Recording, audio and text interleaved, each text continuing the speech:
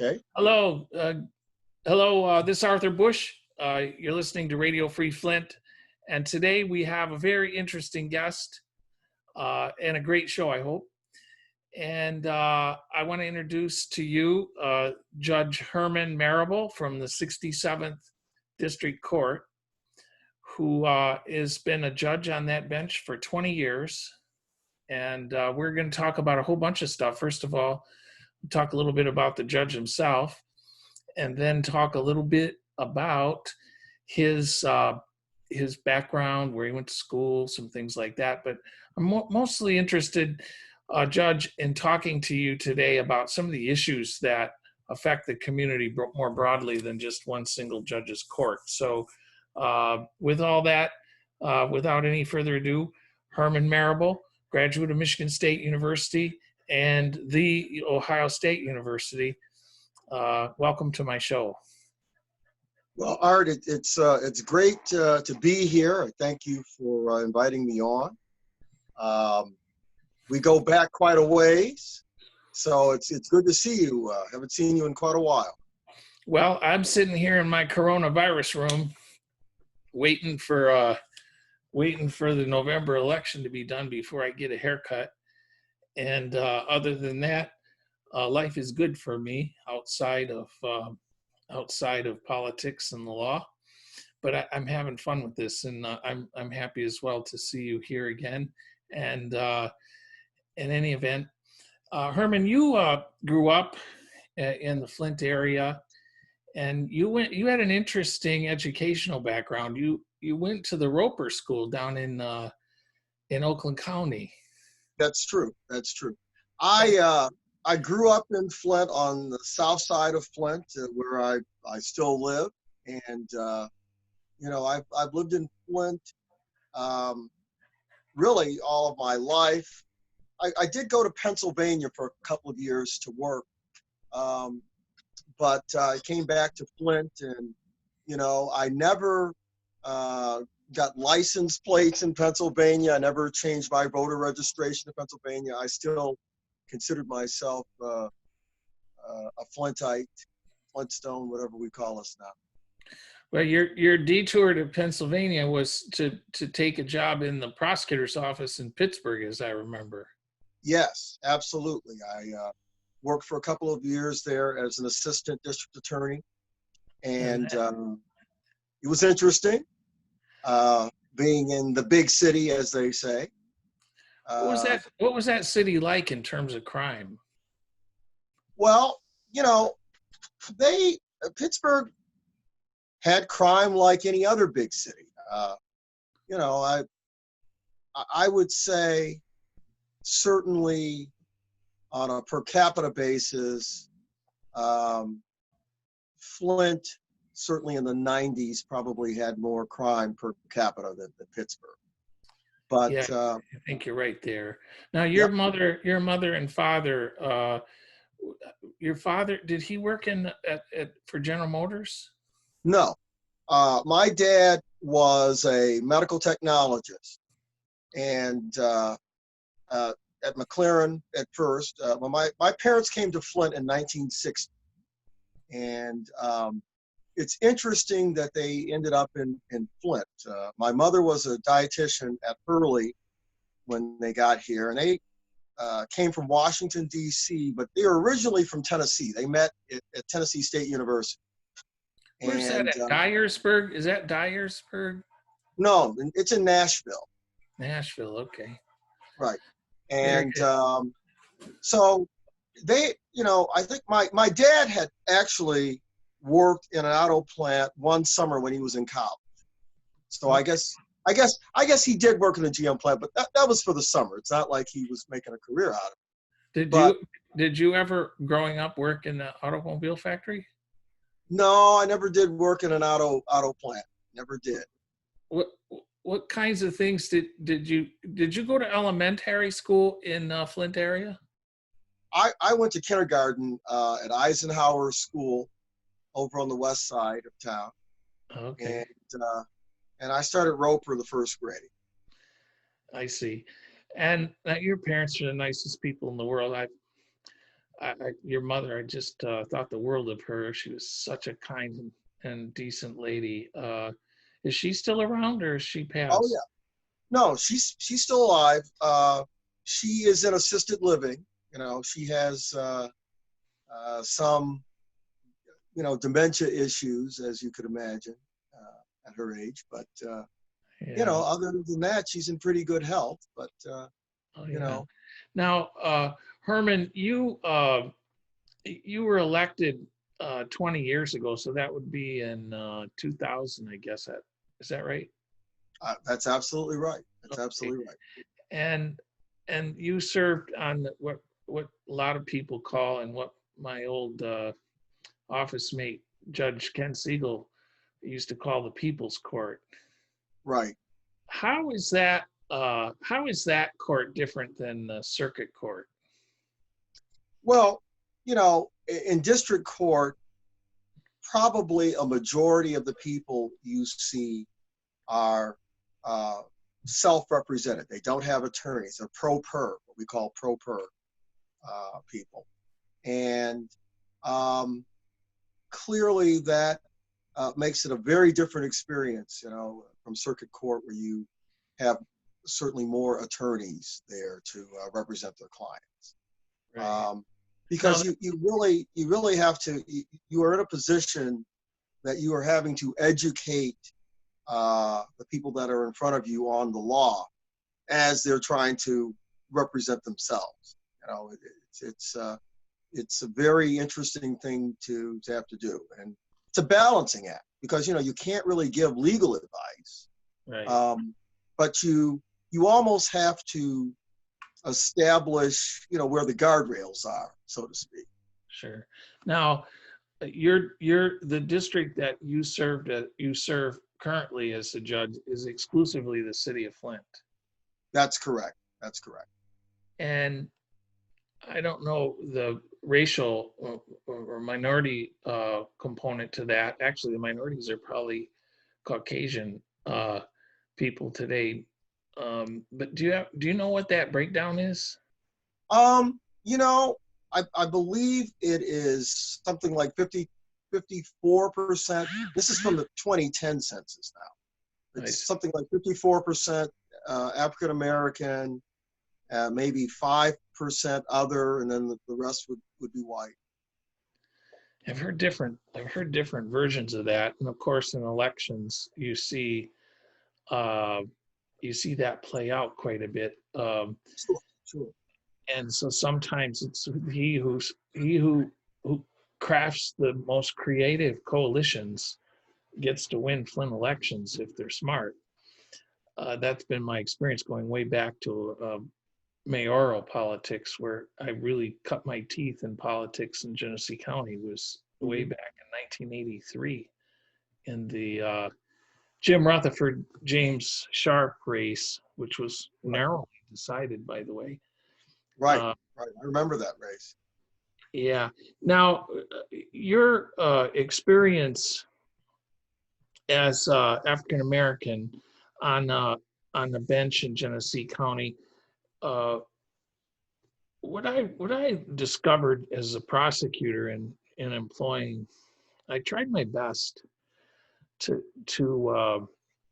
to include African Americans, particularly because they were such a large component of the Flint community, into the office of prosecuting attorney, and I was successful to some extent. Um, but Well, I didn't have a you've been more successful than your predecessor and your successor.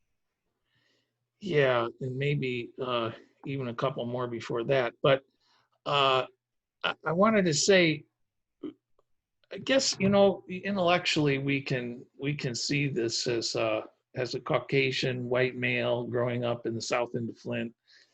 I understand all the arguments and the back and forth, and I recognize that there is, unlike our Attorney General, who couldn't quite bring himself to see any kind of systemic racism within the justice system in America, which Hmm.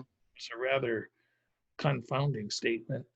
Um, Obviously, he either never studied it or he's never really been that much involved. He just got put as a figurehead in charge of the Justice Department, it looked like, after I heard him say that. But I would readily recognize there's this kind of discrimination in the Genesee County justice system. And Well, and Art, let me tell you who else recognizes that. I don't know if you're familiar with the National Judicial College. They're out in Reno, Nevada, at the University of Nevada. Yep, I'm very familiar because I've had a lot of friends that, Judge Siegel, of course, was a faculty member there for many years. Well, I've had a chance to go out there a couple of times, and they send a survey every month to people that are on their emailing list or alums. And it's interesting, just last month, they sent out a survey about whether or not to judges around the country to ask this question: do you think that there is discrimination within the justice system? And I don't remember the exact number, but it was an overwhelming majority said that there was discrimination. So, it isn't just the Attorney General is way off base, especially when you poll judges. Well, you only have to look at the numbers to see what is going on, especially in the area of drug law enforcement. In Genesee County in particular, we have, if you just take to the juvenile system, we have majority of those arrested for drugs in the county are African American, and represented in that system as delinquents. And then when you look at the usage of drugs by children, people who are within the jurisdiction of the probate court, there's nowhere near any representation of white kids in that system that you would expect, given the fact that whites use drugs overwhelmingly more than African Americans. It's an amazing thing. I think the disparity is like 75-25, and our system's completely upside down in the other direction. So that means 75% of these kids have used drugs or use them currently, and an African American community on a per capita basis doesn't use drugs anywhere near what the white kids do, which is one of the great myths that needs to be busted. But outside my speechifying here, what I was going to say is that I never recognized some of those statistics and some of that reality until I actually took a job where it made sense to look at that. And I remember I appointed Brenda Williams as the chief assistant prosecuting in the county, prosecutor for the county, and she was African American woman. And I never realized, honestly, even though I'd done even civil rights work as a lawyer, the extent of the racial animus that exists even within the legal system, and the disrespect, quite frankly, that was generated toward her, and I don't know quite how to explain it. I can't figure it out. But what I want to ask you is, long-winded question, how do you see the system today in Genesee County? There obviously is some racial, I don't know what they call it now. What do they call it? Implicit bias, I guess is the newest professor word. But essentially, the system has institutionalized its patterns of racial discrimination, is the way I look at it. How do you see it, and how is it manifest? Well, I think what is going on in the justice system is somewhat of a reflection of what is going on in the society at large. As you know, I'm running for circuit court, I guess, as we're taping this. And it's striking to me that There's only been, in the history of Genesee County, 4 African Americans elected to the circuit court, for example. And that goes back to, well, I should say to serve on circuit court. That goes back to 1972. There's only been 1 at a time. So, you know,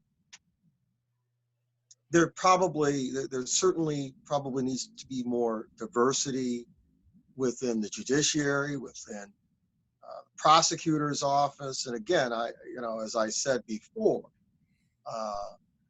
you did an excellent job in trying to make sure that you had a diverse office that somewhat looked like the county. And, again, I give you kudos for that. But, the system needs to be more inclusive across the board. So that is one way that these things are addressed. One of the things, and I wrote an op-ed piece back in the winter, just before the virus hit, about digital discrimination in the jury pool. It used to be, and Arthur, I don't know if you've ever served on jury duty, but for those, well, I've been called a few times, but I never made it to the never made it to the finals. Actually, Daniel Jaworski kicked me off the jury is how it all went down. Oh, is that right? Okay. Who used to be your supervisor and who was at one point a treasurer of my campaign. And he didn't think I could be fair and impartial, I guess. Anyway, well, I'm sorry to interrupt your story, but yes, the answer is yes. I'm putting the article that you wrote here up on the screen so that the audience can see what we're talking about in the Flint, Genesee County Legal News.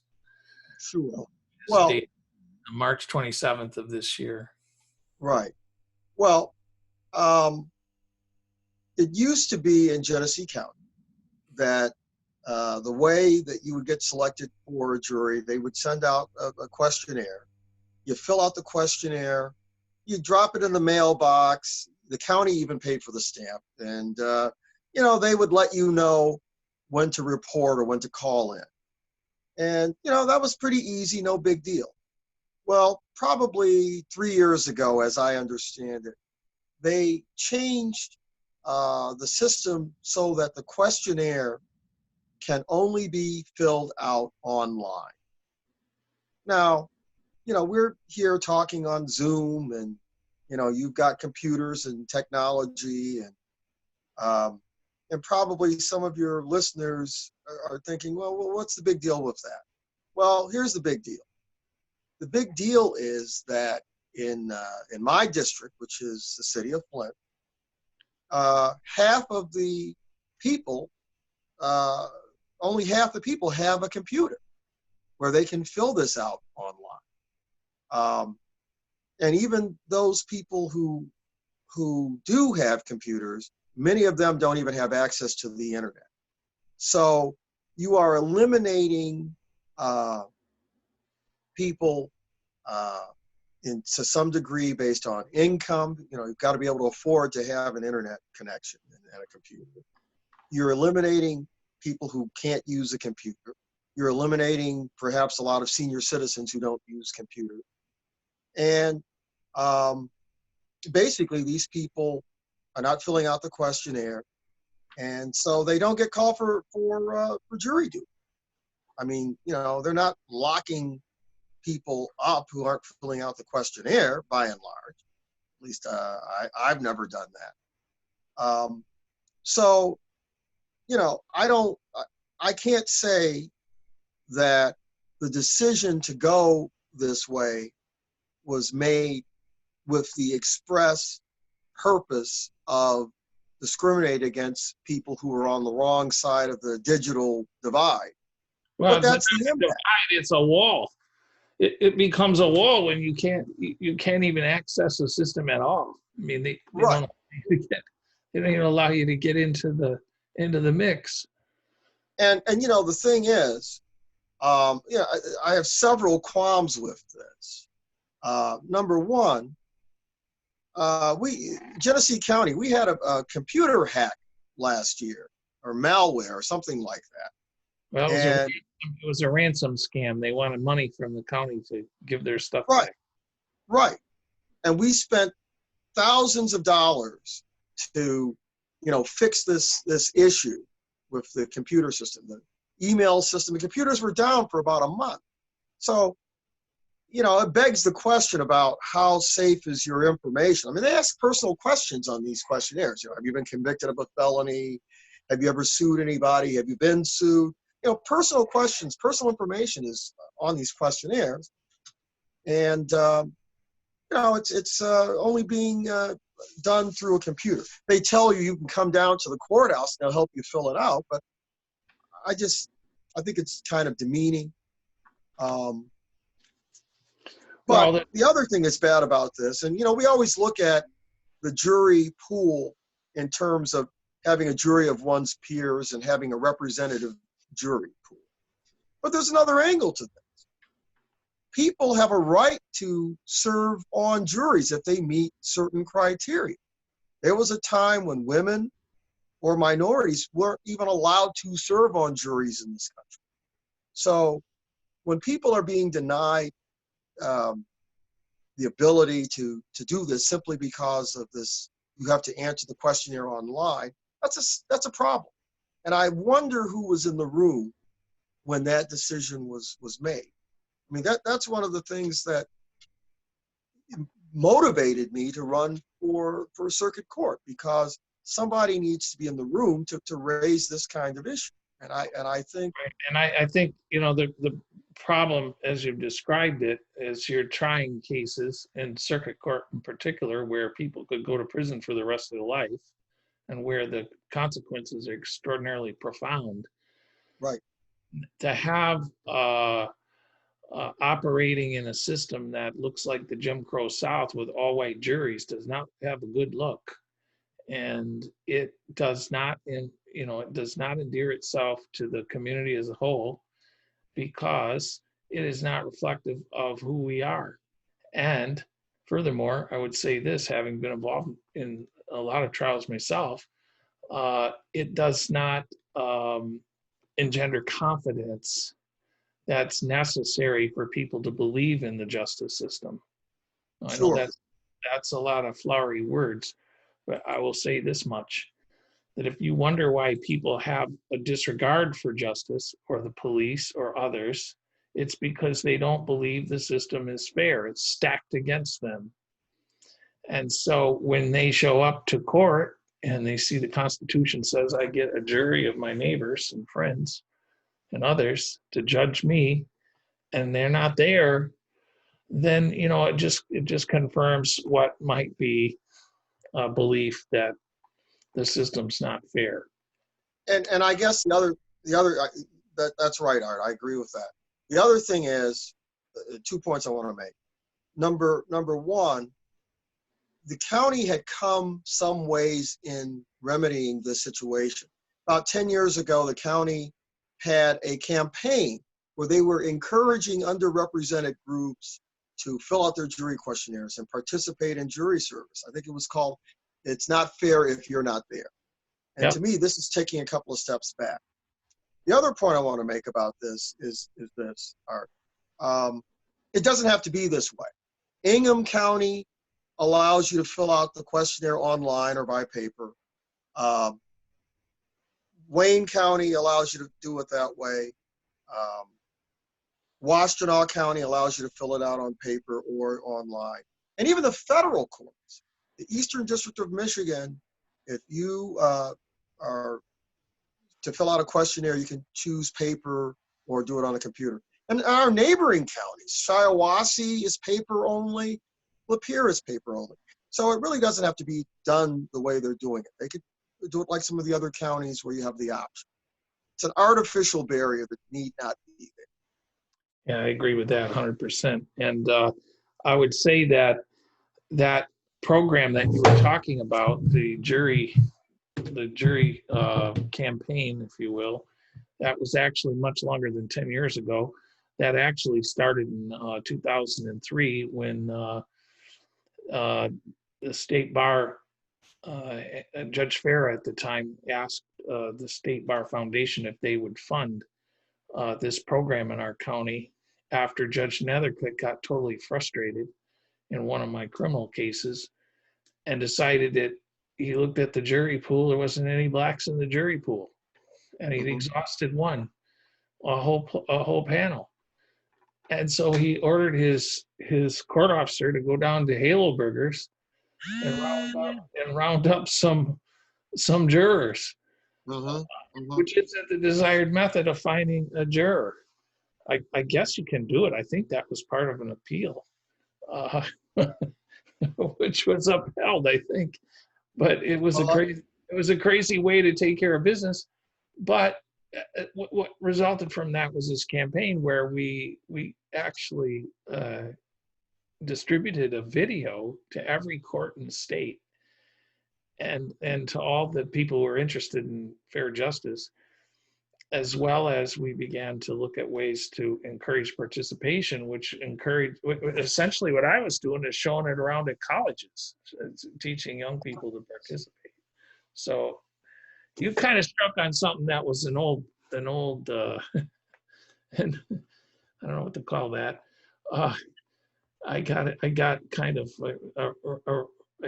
involved in that issue a little bit at the time and took it to my conclusion. But I think, to see this happen again in our county where we're not making an extra effort, I definitely join with you. Now, I asked you a question and you didn't really answer it directly. I wanted to know the impact. What impact do you see in your judging activity where you might question the system itself, and you were getting around to this jury bit?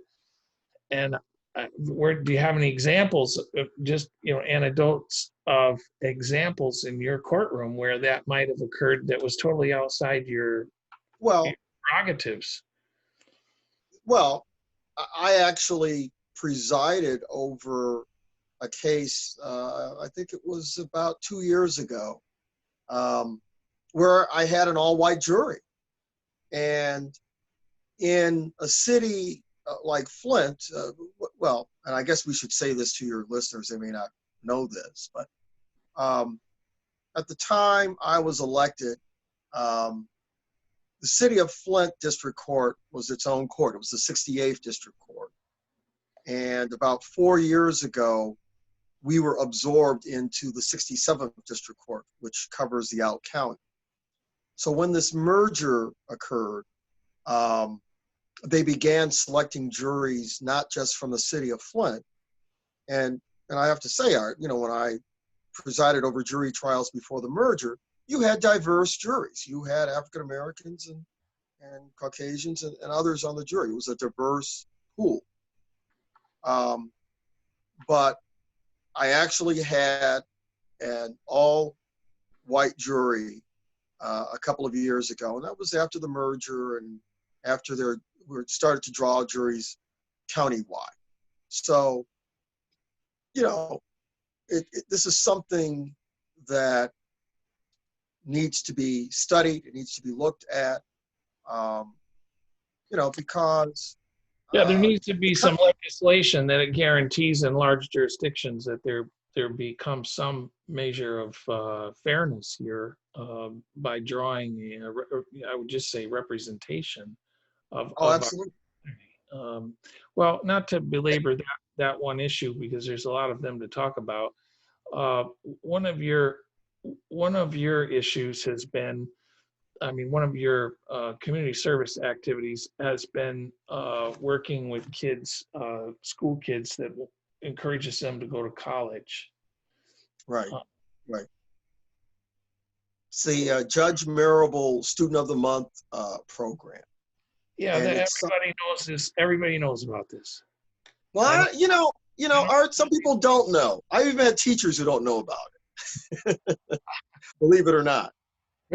You know, I've had lunch with people downtown and they say, everybody knows about this. It's everywhere. And I just smile at it because I really, I think it's great. So tell us what it is. Well, we started this program uh, in 2004. It is for 10th graders in Genesee County. Um, and in order to become a Judge Marable Student of the Month, they have to write an essay about their career goals. And if they're selected, and fortunately, I'm not the one who selects the winners. They have a committee that does this. But if they're selected, they get a trophy, they get a cash prize from me, they get to shadow me for the day at the courthouse. We give them a T-shirt that says I'm a Judge Marable Student of the Month, and I take them to lunch. But we also have a trip every spring, sponsored by actually both of our alma maters, James Madison College at Michigan State. They come to Flint and they pick up my students and they go down to MSU. They spend the day on the campus. They sit in on classes. They meet students. They meet professors. They take a tour. I think they even go to the MSU dairy store at the south end of the campus. That's a good spot. They got great ice cream. Absolutely. They give them that ice cream, But probably the most important thing they do on this trip is they meet with somebody from the admissions department. Now, if you're in the 10th grade and you are meeting with somebody in the admissions department at a major university, if your grades are not quite up to par, you have the ability to learn exactly what you need to do. They're going to tell you what kind of grades you need. They're going to tell you what kind of test scores you need, other things that you need to have on your application. And if you're in the 10th grade and you're hearing this, you've got 2 years to get your act together. So we've had probably about 120 students or so to go through the program. And for me, it's just been a joy to watch these young people go through the program and grow into productive adults. I run into them on the street now and then. I've performed a couple of weddings for a couple of them. I want to mention a couple of my former students. One of my former students, Cherise Lee, ended up going to James Madison College at Michigan State because, she went on the tour. And I had the honor and privilege of swearing her in to the bar as an attorney. She came back home and I swore her in as an attorney. And it was a wonderful event. Her family was there. It was just fantastic. But she actually was on the ballot this year running for state representative in the special election that they had when Mayor Neely became mayor. They had a special election. Another one of my students is on the ballot right now, Dominique Clements, who's running for county commissioner. So, that's just two, but it's been a joy for me to be able to be involved in mentoring these students. We pick one of the students to be student of the year and they get $500, a $500 scholarship. So, and I don't know, you didn't ask me how I fund the program, see. I didn't want to get into that. I don't know. You said you paid for it out of your pocket. It sounded like. Oh, I do. But the seed money, believe it or not, came from me winning a karaoke contest. Oh yeah. Yeah, with the wagon wheel. I won $1,000 at a karaoke contest, and I said, I got to do something good with this money. Well, you certainly did. Well, let me ask you this question, a little more reflective. How has serving as a judge in that role, how has that made a difference in your life? What has it meant to you to be a judge? And I guess the question I really wanted to ask is, what have you learned from it? You know, this has been and continues to be the best job I've ever had. And it's the job I've held the longest, in my life. It's been very special for me to be able to be a judge in the city that I was born and raised in, and to be in a position to help people, to educate people. It's just been a wonderful experience, and it's something that I always wanted to do, at least from the time I was in high school. And I just can't say enough about it. What have you learned about your city as a result of this that you didn't know before you started? Well, I think one of the things that I learned about our city, Flint has been much maligned over the last 20 or 30 years. We've had a lot of challenges, from the water crisis to financial emergencies to problems with the educational system, crime. Uh, I think most of your listeners are well aware of all of this. A couple of things that I've learned, people in Flint are resilient. Those people who choose to stay are resilient, and by and large, they love their city. And I love this city too. Um, and, this is something that, I know the people of Flint, and this is something, I guess, that also has motivated me to run for circuit judge. There are no judges from the city of Flint on circuit court. And this is probably the first time in living memory that this is the case. When you look at all of the kinds of issues and uh, the challenges that we've had in Flint, um, especially when you talk about not having representation. I mean, we went through 2 financial emergencies where the mayor and the city council, who were elected by the people, were not allowed to govern the city. I think that Flint people truly deserve to be represented in all aspects of the county government, including the circuit court. And I've got 20 years experience being a judge where they eliminated 2 judgeships, eliminated the probation department, and all of the other factors that I talked about. That elimination of the probation department, that was some wacky stuff. How do you have a court without a probation department? I did not understand that, and I still don't to this day. I'll tell you something. I was in judges' meetings. When that went on, and I screamed about this. I agree. We don't have money for a probation department, and that part there is beyond me, because that begs the question of letting no bad deed go punished is what that comes down to. But in any event, how has it changed you as a person?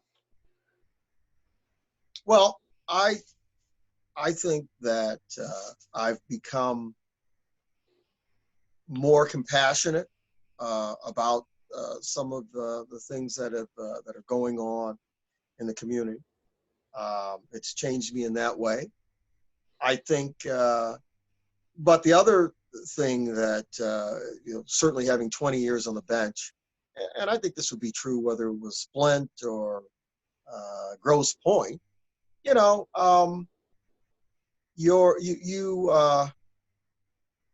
you learn how to cut through some of the stuff.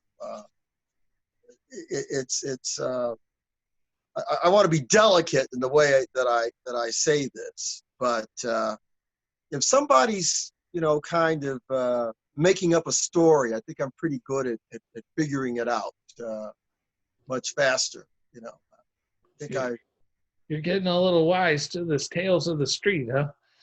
well, it's not just that. I guess it's kind of a, I don't know. I guess you know when somebody's giving you some bull. That you learn that pretty quickly. Yeah, it can be. I remember John Beadle used to tell me about that. John Beadle, of course, a famous lawyer in his day, long gone now, but he used to tell me there's a sucker born every day on that bench down there somewhere. And Oh, I think that there's some of these guys that can sell anything to keep themselves out of jail. But nonetheless, Herman, it's been nice talking to you. Time went by very quickly for us. And we're done. we're out of time, yes. And you don't set the record for the longest one, longest podcast yet. However, there are a couple other issues I'd like to talk to you about another time, perhaps down the road, come fall. I'd like to talk to you about some of the reform. Maybe we could just dedicate a podcast to that, talk about issues of judicial, or more appropriately, legal reform that the system of justice in Michigan may implement. You have some really good ideas on this. I've seen some of the other articles, and I think they bear. I think the people would enjoy hearing about that, and it gives greater understanding to what and interpreting what they see every day on a TV screen, especially with this jury stuff, because people don't understand the implications of this for themselves, and that means the resentment that's out in the community. Let me finish by telling the story. I didn't mean to tell all the stories here, but we had a case one time. The guy's name was Connell Howard. You might remember that case. And Okay. my friend Jerome Barney from Detroit, African-American lawyer, great lawyer. Yep. He shows up and he starts reading Malcolm X. And he's reading Malcolm X to the jury. And so he gets the jury all wound up. And two of the jurors on that, I mean, this was a case that was it was a pretty cold case. It was double homicide. And it really pitted Flint's racial divide. The Flushing realtors get chased down by this Connell Howard who shoots these people because they're trying to collect money from their mother. They're trying to foreclose on their house or something like that. And Barney gets up there and starts reading Malcolm X to the jury, which I thought was a step across the line. But he was trying to prove diminished capacity in that he was trying to establish that this man, Connell Howard, was reactive to these bill collectors come to the neighborhood, and that it caused him temporarily to lose his mind.